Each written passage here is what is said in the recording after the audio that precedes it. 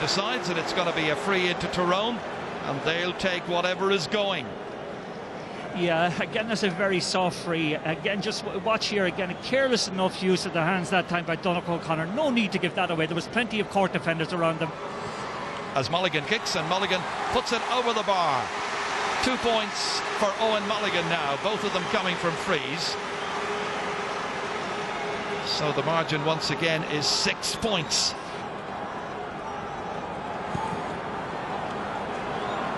One player the target down there, that's Daniel Goulding.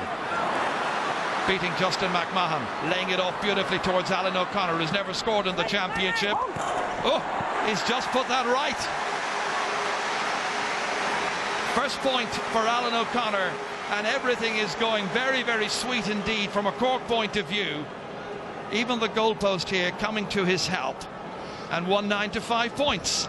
Yeah, but up the centre of the Tyrone backline in the moment, both Conor Gormley and Justin McMahon are really struggling with the pace of the game. They're under pressure with little knocks they have got, and again I think Mickey Hart needs to do some remedial action, or take remedial action in those areas very quickly. Well, certainly Conor Gormley looks to be in difficulty. Dooher now, he's inspired Tyrone so often in the past. Didn't get an advantage that time. Kicks it forward as far as Stephen O'Neill. Trying to steal a march there on Anthony Lynch. Cracking it with the left, hitting it well and hitting it over the bar. Stephen O'Neill second. And Tyrone begin to turn it on. That's 2 shots for Stephen O'Neill. 2 points for the great man himself from Clonmacnoise.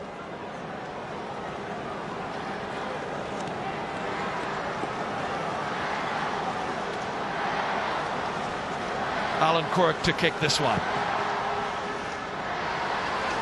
Well, now Cork with all the aerial advantage win this one through Pierce O'Neill. He's fouled. Tyrone looks strangely flat. Muscala inside towards Donnacha O'Connor. Cork much more energised. Tyrone now trying to work harder. O'Connor hit into space. Davy Hart cutting out the supply line. Nicely done here. McMahon taking it out here as far as his captain Brian Dooher, inside to the unmarked Kevin Hughes. The running here of Owen Mulligan, transferred beautifully back towards Dooher. Dooher in a tight position here, trying to get it back. Again trying to make his way through past John Muscala. This time Muscala says, "What are you talking about, ref?" But the referee gave Tyrone the free, and you can be sure that Brian Dooher drew that one. Made his way in, trying to burrow his way forward, and the referee decided it was a foul by the Cork man. And something said by Alan O'Connor. He's already got a yellow, he's now got another one, and he's been sent off. And Cork are down to 14 players with only 29 minutes gone.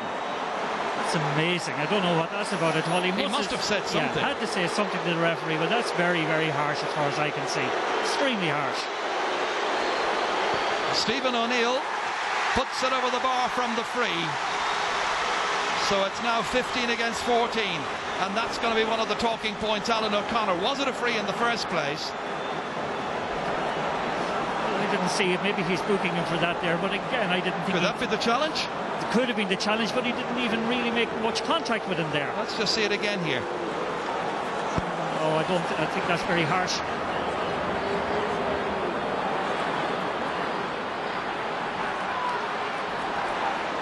As the game heads towards injury time at the end of the first half of this first All-Ireland football semi-final.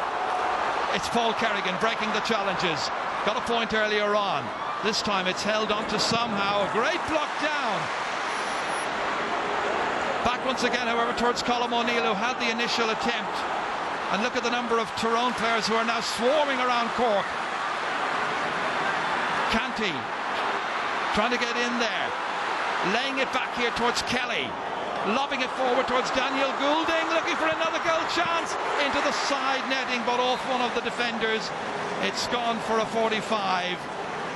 Oof. Well, certainly that was the pass of the championship as far as I'm concerned, from Kelly to Goulding. That time the angle was very difficult. In fairness, McConnell got his hands on the ball, but the pass was sublime. Wonderful vision, beautiful precision in the way it was drilled forward, and again the effort was brilliantly saved by McConnell. Donegal O'Connor hitting this one again. It drops in there. It's fumbled. Kevin Hughes back to help out. About another 25 seconds of the stoppage time to be played. It works its way out towards Ryan McMenamin. McMenamin back towards a colleague who's Justin McMahon. Held on to here somehow by Philip Jordan. They work it away out of a tight situation. 5 points between the teams heading towards the half-time break as Joe McMahon carries it forward. Is there another score for Tyrone before the break? No, there isn't, because the referee's whistle goes for half-time here in front of a crowd of over 52,000 people at Croke Park. It's mighty close because you expect a big fight from Tyrone in the second half. At the break, Cork 1-9, Tyrone 7 points. He's composing himself.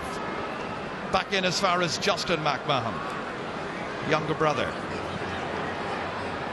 So how will Tyrone now use the extra player? Will it work to their advantage? Brian McGuigan, such an intelligent, crafty player to play usually around the middle of the park onto the 40. He's playing a very deep role for starters. Here's Philip Jordan. Kevin Hughes still wearing that number 35. Pushed around the place, free kick awarded. He's down. There's another player down as well, I can tell you. Ryan McMenamin getting treatment. Philip Jordan carrying the ball forward, looking for Tyrone's first score of the second half. Davy Hart usually gets a point or two, not with this particular effort. Into the crowd at Hill 16, Deneen End as it is nowadays, and that is 4 wides so far for Tyrone. McMenamin's okay. Yeah, but there's something about Tyrone today. They're indecisive. Like where normally they're so decisive in everything that they do. It's the opposite today. Again, they're lacking inspiration, and maybe the effect of losing Sean Cavan so close to the throw-in has had an adverse effect on them. But they're not the team playing with the same assurance that we have seen in the past. Indeed, in the last 15 minutes of the first half, Cork managed to get just 2 points. Tyrone getting 4 points in that same spell, and now Graham Canty going across to the referee, and his name goes into the book as well,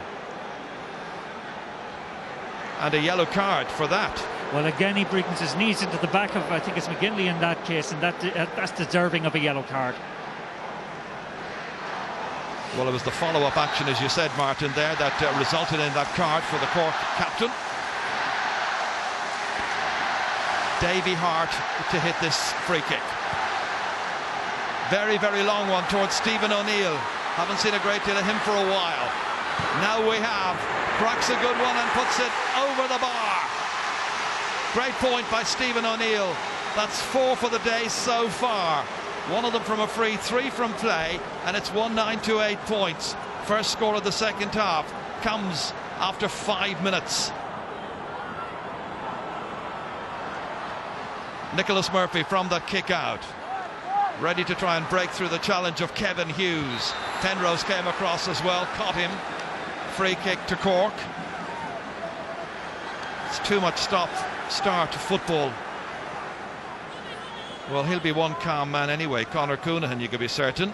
There with Ger O'Sullivan, one of his selectors. Nicholas Murphy from Carrigaline kicking it. It's a huge one. Way down in there towards the full forward, Colm O'Neill. He's done well, trying to get away from Quinn, who was fouling him, and it's going to be a free in, and it's a chance for Cork's first score of the second half, 7 minutes in. That's a wonderful bit of leadership from the youngest lad, I think, on the team. Again, wonderful take under a lot of pressure, and again, you know, draws the foul from PJ Quinn, but that gives a great opportunity for Cork to get back on the scoreboard. Well, he's been fired in at the deep end, Colm O'Neill, in the hope that he can fast track his progress, certainly from the under-21 team. Very talented player. Donegal O'Connor to take this. Well, he's now pointed his 3rd from 5 frees taken so far. First of the second half for Donegal O'Connor, and it's 1-10 to 8 points. The All-Ireland champions behind by 5 points. It reaches Davy Hart, 3 Cork men near him. Out as far as the spare man, who is Ryan McMenamin. Fisted forward once again for Enda McGinley to get onto. Selfless running as usual by the midfielder. Trying to make an angle, trying to get away from Pierce O'Neill. Runs into Noel O'Leary, and Noel O'Leary gets it out there. Huge cheers from the Cork fans. Out to Paddy Kelly, well away as far as Paul Kerrigan. Kerrigan soloing here. Challenge coming in from Jordan, it's ineffective. Penrose there as well, trying to force him out over the line. Back towards Paddy Kelly. Played inside here cleverly, but lost by Ray Carey. One back by Tyrone, one back by Brian McGuigan. Can he provide the leadership on the drive? Joe McMahon, bad pass intended for Kevin Hughes. Cleared out, however, eventually by Graham Canty. Out here as far as John Miskela. Miskela loves to swarm forward. Out to Kerrigan. Again, trying to go by Philip Jordan. Beat Davy Hart in the first half. That's a great ball over, just in over the head of Colm O'Neill. Back once again towards the corner forward, and it's put over the bar. Again, Cork in full flow, and Donnacha O'Connor hitting his 4th point of this match. A lovely flowing move, touched on by Colm O'Neill. Out to the corner forward from Ballydesmond, straight over. It's 111 to 8 points. Yeah, but let's salute the contribution that time of Paul Kerrigan. A wonderful piece of foraging, a delightful pass. Hughes felt the effect of that challenge by Graham Canty, but got the ball forward to Justin McMahon. As far as Kavanagh once again. Played it full forward in last year's championship. Tight angle. Getting it back once again towards Justin McMahon. Out eventually to Brian Dooher. Blocked down. Comes back out towards Martin Penrose. He's 45 metres and counting out from the Cork goal. And he wins a free in. And it's taken very quickly to Philip Jordan. Jordan trying to belt this one over the bar. First point of the day for Philip Jordan, his 2nd in this year's championship, and it's now 111 to 9 points. Yeah, good, lovely piece of quick thinking by Tyrone that time. Jordan, the free man over the left hand side, took the confidence to once again shoot a point. Again, how often has he done that in championship football? Mind you, the free that led up to it was highly questionable, I think. Very much so. Kick out here towards Paddy Kelly. Forward here as far as Paul Kerrigan. Hit into the corner. Oh, it catches pace, and there was nothing Daniel Goulding could do about it. Goulding, the Éire Óg man.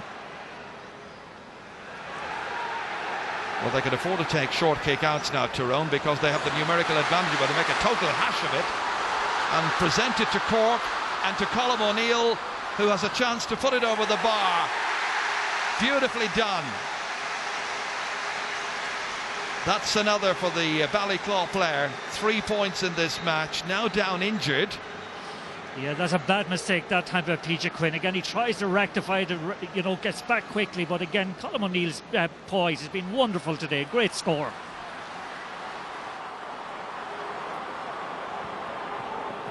They need an end product and they need scores. Brian Dooher, he's lifted them so often in so many matches in the past. That time, Nicholas Murphy challenged. The referee says play on. Tyrone fans felt there was a push. The referee saw it, saw none. This time there is a free, however, for a foul on John Miskela. Well, I'm not sure is he going to go WWW wrestling, but Stephen O'Neill needs another shirt. Hulk Hogan, isn't it? Don't watch that. Well, there's a Tyrone player down on the ground right now who's happened just behind John Bannon.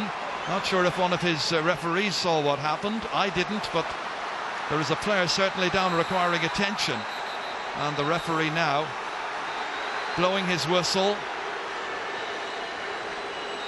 Stephen, that's Pierce O'Neill there, very, very annoyed with whatever happened. Oh, John Miskela. Yeah, John Miskela definitely threw a thump that time. I think it was on Brian McGuigan. Yeah. And if the referee or linesman saw that, definitely is a sending off. Could be in real trouble. Yeah, it could be down to 13 men because the umpire is looking to make communication with John Bannon. Brian Dooher has been replaced by Aidan Cassidy, but let's just see what happens when the referee, that's Aidan Cassidy, number 18, coming in.